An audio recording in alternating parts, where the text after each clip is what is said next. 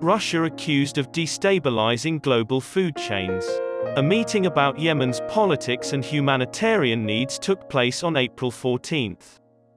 During the discussion, U.S. Ambassador to the UN Linda Thomas-Greenfield blamed Russia's war of choice in Ukraine for increasing wheat prices in Yemen, worsening the country's humanitarian crisis.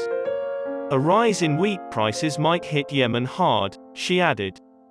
But Dmitry Polyansky, Russia's deputy UN ambassador, tried to blame Western nations and their sanctions on Russia.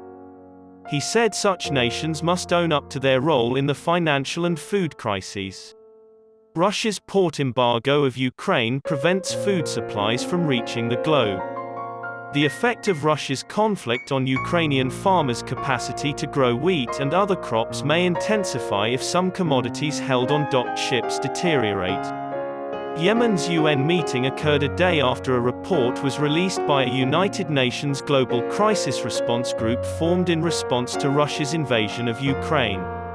It stated 1.7 billion people globally are seriously threatened by the situation in Ukraine, rising food, gasoline, and banking costs. Import-dependent nations have been particularly hard struck by this crisis. There are a lot of people in poor countries who rely on the wheat harvest in Ukraine. Egypt, Lebanon, and Yemen are examples. Yemen was already starving before the Ukraine conflict. Globally, the UN estimates that 17.4 million Yemenis are food insecure, with 1.6 million likely to go hungry. The Russian embargo may force up to 1.25 million tons of grain and oilseed to decay, according to Ukrainian Agriculture Minister Mykola Solsky. That ship is one of several that have been stranded near Ukrainian ports for 2 months. According to agricultural business consultant APK Inform, Ukraine's railroads reduced grain exports to ports in March as a consequence of the embargo and suspended grain supplies to neighboring nations. Most Ukrainian agricultural exports leave Odessa and other Black Sea and Azov ports. The Black Sea has naval mines.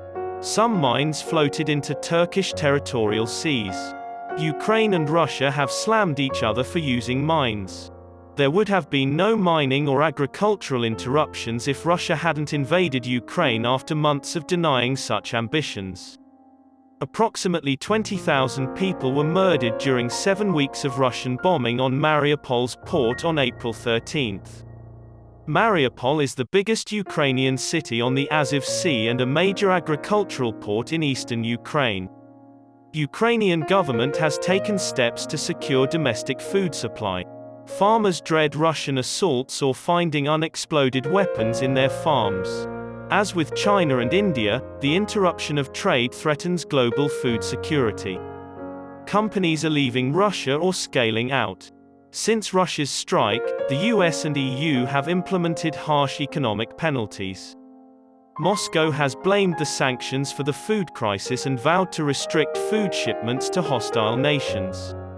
A Washington, D.C.-based think tank, the Atlantic Council, published an analysis by Niels Graham and Inbar Pear on March 22 stating that, despite the fact that food is not sanctioned and wheat production has not been halted due to logistical issues, businesses and banks are avoiding doing business with Russia because they are afraid of fines from government authorities. War risk insurance prices for ships transients the Black Sea have risen by at least 400% due to Russia's military intervention in Ukraine. In addition, rising fertilizer costs have prompted farmers worldwide to reduce crop yields. Exports of fertilizer from Russia and Belarus will exceed 20% by 2020.